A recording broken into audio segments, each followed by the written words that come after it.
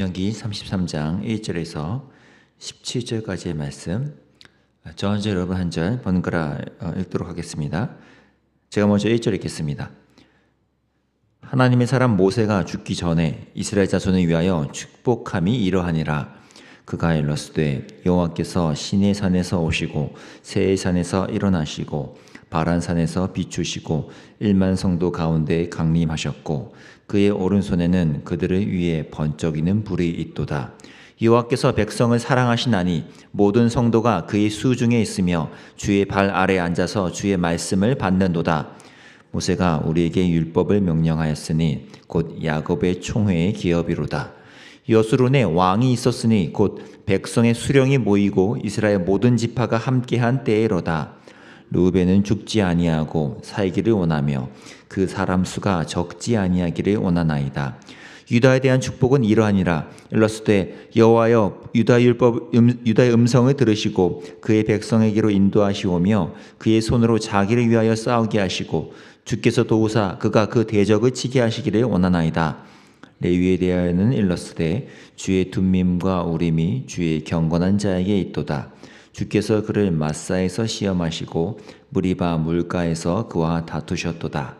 그는 그의 부모에게 대하여 이르기를 내가 그들을 보지 못하였다 하며 그의 형제들을 인정하지 아니하며 그의 자녀를 알지 아니한 것은 주의 말씀을 준행하고 주의 언약을 지킴으로 말미암음이로다. 주의 법도를 야곱에게 주의 율법을 이스라엘에게 가르치며 주 앞에 분향하고 온전한 번제를 주의 제단 위에 드리리로다. 여호와여 그의 재산을 풍족하게 하시고 그의 손의 일을 받으소서. 그를 대적하여 일어나는 자와 미워하는 자의 허리를 꺾으사 다시 일어나지 못하게 하옵소서. 베냐민에 대하여는 일렀으되 여호와의 사랑을 입은 자는 그 곁에 안전히 살리로다. 여호와께서 그를 날이 마치도록 보호하시고 그를 자기 어깨 사이에 있게 하시리로다. 요셉에 대하여는 일렀으되 원하건대 그 땅이 여호와께 복을 받아 하늘의 보물인 이슬과 땅 아래에 저장한 물과 결실하게 하는 선물과 태음이 자라게 하는 선물과 옛 산의 좋은 산물과 영원한 작은 언덕의 선물과 땅의 선물과 거기 충만한 것과 가시떡이 나무 가운데 계시던 이의 은혜로 말미암아 복이 요셉의 머리에 그의 형제 중 구별한 자의 정수리에 임하였지로다. 함께 읽겠습니다. 그는 첫 수송아지 같이 위엄이 있으니 그 뿔이 들소의 뿔 같도다. 이것으로 민족들을 받아 땅끝까지 이르리니 곧 에브라임의 자손은 만만이요 므낫세의 자손은 천천이리로다. 아멘. 이제 신명기의 끝 부분을 향해 가면서 모세 또한 그 자취가 점점 옅어져 가는 것을 우리가 겪게 됩니다.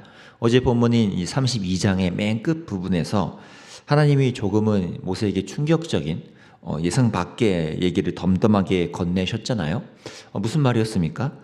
이제 저기 앞에 있는 느보산이라는 곳에 가서 이스라엘 자손에게 내가 주려는 가나안 땅을 너가 마음껏 쭉 바라보아라. 근데 바라보라고만 하는 거예요. 바라보고 너는 거기 아쉽게도 들어가지 못하고 죽게 될 것이다. 라는 뜬금없는 시한부 같은 선고를 내리신 거죠. 한 40년 넘게 인도해어 왔던 이 지도자인데 여러분이 만약 모세였다면 어떤 마음이 드셨겠어요?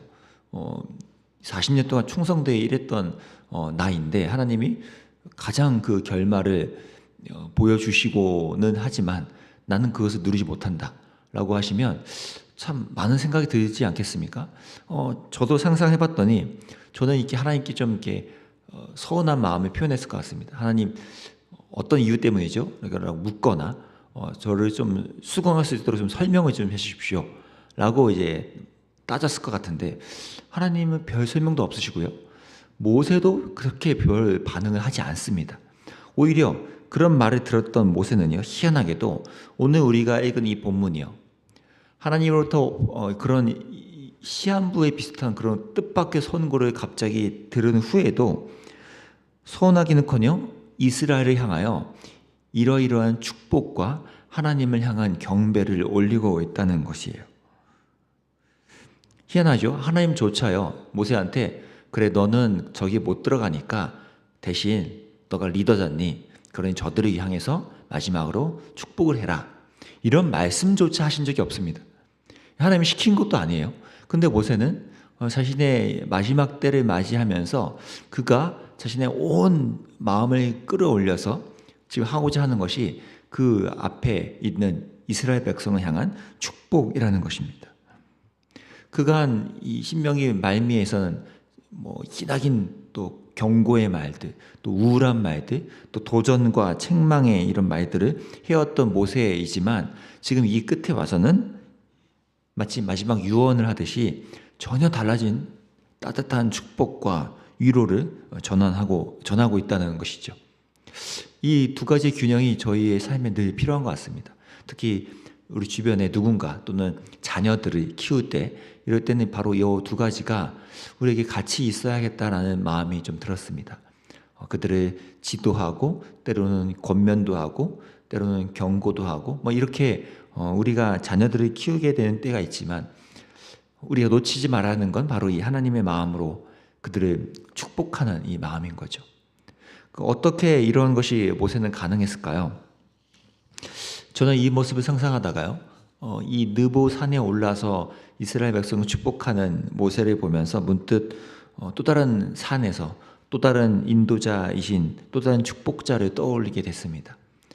모세보다도 더 위대한, 더 유일한 목자이시고 선지자이신 그 예수님이 그 팔복을 비롯한 아름다운 산상수훈을 산에서 제자들에게 건네시던 그 모습을 떠올리면서 문득 그 하나님의 말씀, 그 예수께서 말씀하신 것이 부담스러운 계명이기 이전에 우리 성도를 향한 복된 말씀이구나. 우리를 축복하시고 우리의 삶을 이끄시는 놀라운 복된 말씀이구나라는 또 생각까지 하게 되었습니다.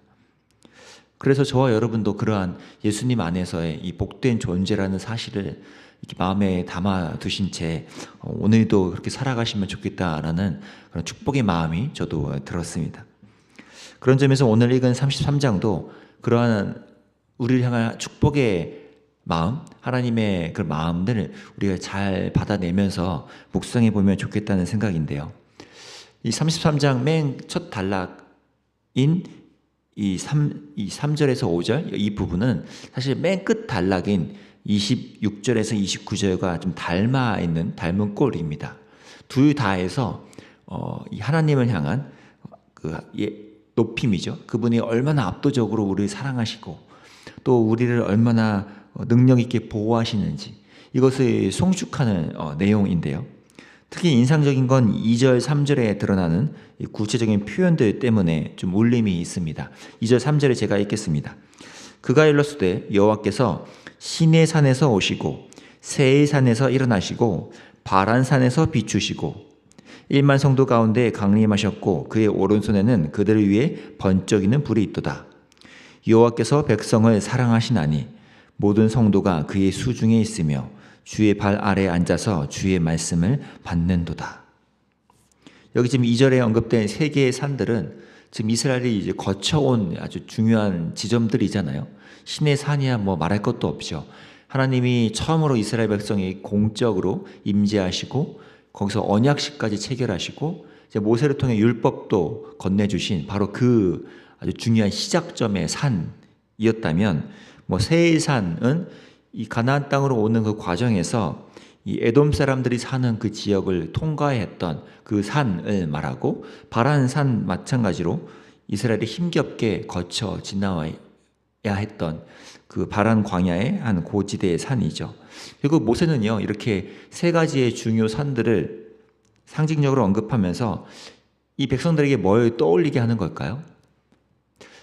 단순히 이들을 축복하고 격려하기 이전에 모세는 하나님이 우리를 이렇게 신실하게 사랑해 오고 계시다라는 것을 구체적으로 떠올리게 해주는 것이죠. 광야라는 이 긴 여정 속에서 그 순간순간마다 하나님이 거기에 계시지 않았는가?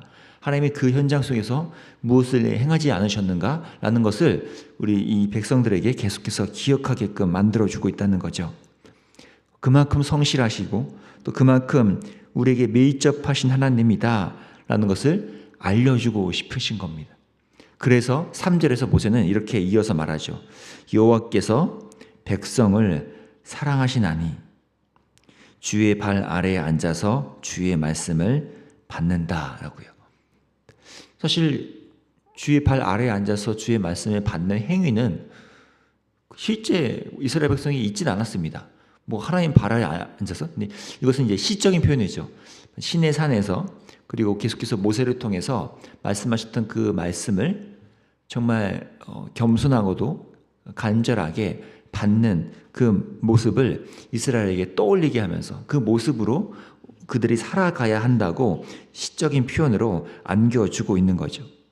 근데 이것은 곧 다름 아닌 이스라엘이 받은 가장 큰 복이기도 하다는 사실입니다. 여호와께서 사랑하시고 하나님의 말씀을 늘 받으며 그 말씀에 따라 복을 누려가는 것, 이것이 이스라엘이라는 하나님의 백성의 가장 큰 복 중의 복이고, 오늘날 성도로서 살아가는 저와 여러분이 이 예수 그리스도 안에서 누리는 가장 큰 복 중의 복일 것입니다. 아무리 곰곰이 생각을 해봐도요, 저희가 하나님께 사랑받을, 복받을 만한 뭔가 이쁜 짓을 한 적이 없거든요. 근데 하나님이요, 우리를 사랑하시고 먼저 우리에게 복을 주시기를 원하셔서 이 예수 그리스도 안에서 주시는 말씀을 우리가 들을 수 있게 하시고 그 말씀에 담긴 복을 더 누리게 해주시는 것, 이것이 성도인 우리가 그분과 밀접한 관계로서 이 여정을 걸어가는 복 중의 복이라는 사실입니다. 저와 여러분이 이 복을 새삼새삼 새롭게 느끼시고 누리셨으면 하는 마음이 들었습니다. 어쩌면 당연하게 느껴지는 이 은혜이고 복이지만, 하나님이 나를 사랑하신다는 것, 하나님이 감히 나를 사랑해 주신다는 것, 하나님의 말씀이 내 삶에 들려지고 내가 그 말씀에 따라 살고자 마음이 격동되고 그 말씀의 은혜를 누린다는 것, 이것이 모세가, 아니 예수님이 우리에게 주시는 그 어떤 말의 복보다 이미 주어진 복이다라는 이 사실을 우리가 붙들고 살아가면 좋겠습니다. 그런 관계를 즐거워할 때만이 우리가 참된 복된 자로 살아갈 수 있기 때문이죠. 오늘 모세가 그렇기 때문에 5절에서 참 기막힌 표현을 하나 터뜨리는데요. 5절에 제가 하나 읽겠습니다. 여수론에 왕이 있었으니 곧 백성의 수령이 모이고 이스라엘 모든 지파가 함께한 때로다. 이 여수론은 이제 이스라엘의 별칭이잖아요. 이스라엘에게 왕이 있었다는 거예요. 이 표현이 왜 경탄스럽고 근사한 고백일까요? 아시다시피 이때는요, 이스라엘에게 왕이 있지 않았습니다. 주변 타 민족들이야 왕이 있었죠. 근데 이스라엘은 이미 40여 년간 공식적인 왕도 없고요. 그나마 모세가 리더로서 서 있었고, 사사 시대처럼 어떤 공적인 사사가 있었던 것도 아니고요. 그럼 결국 모세 자신이 리더이고 인도자인데, 모세는 그런 이스라엘에게 왕이 있었다고 말하는 겁니다. 이제껏 우리에게는 왕이 계셨다라고요. 우리에게 왕이 계시다. 눈에 보이지 않지만 우리에게는 왕이 계시다. 이것이 모세가 꿰뚫어 본 하나님의 임재고 동행이죠. 오늘날 성도도 같은 이 고백이 일어나야 되지 않겠습니까? 우리에게 왕이 계시다. 우리를 실제 눈앞에서 다스리는 왕정 통치의 왕은 안 계실지언정 우리에게 이 왕이 계시다. 우리를 온전히 보호하시고 다스리시는, 우리를 복된 자로 만들어주시는 왕이 계시다. 이 고백이 오늘도 저희의 순전한 고백이 참 되면 좋겠습니다.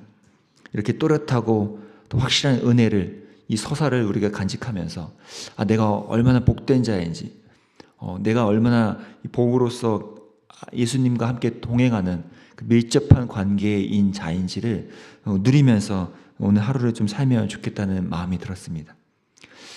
결론적으로요, 모세가 이어서 각 지파들을 향해서 이제 축복을 하는 것도 이러한 하나님이 이미 우리에게 부여해 주신 복을 누릴 때에만 그 복이 새삼 느껴지는 거죠.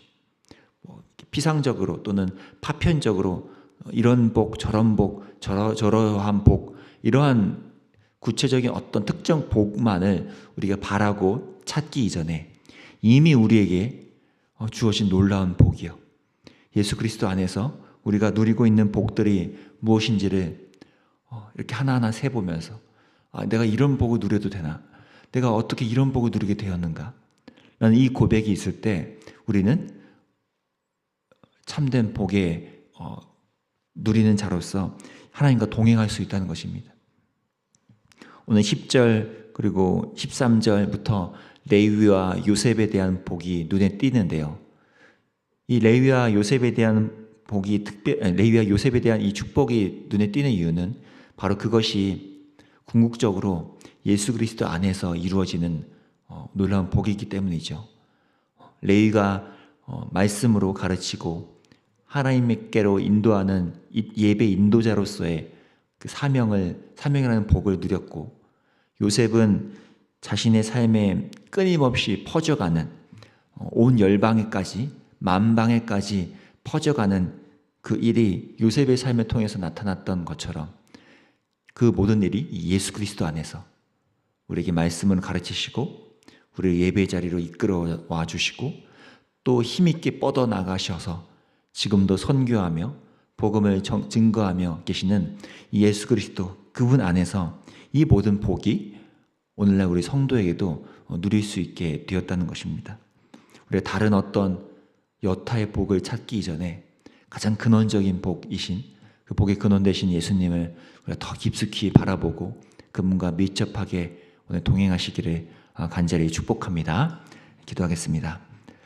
하나님, 이게 웬 복이지요? 이게 웬 복인가요?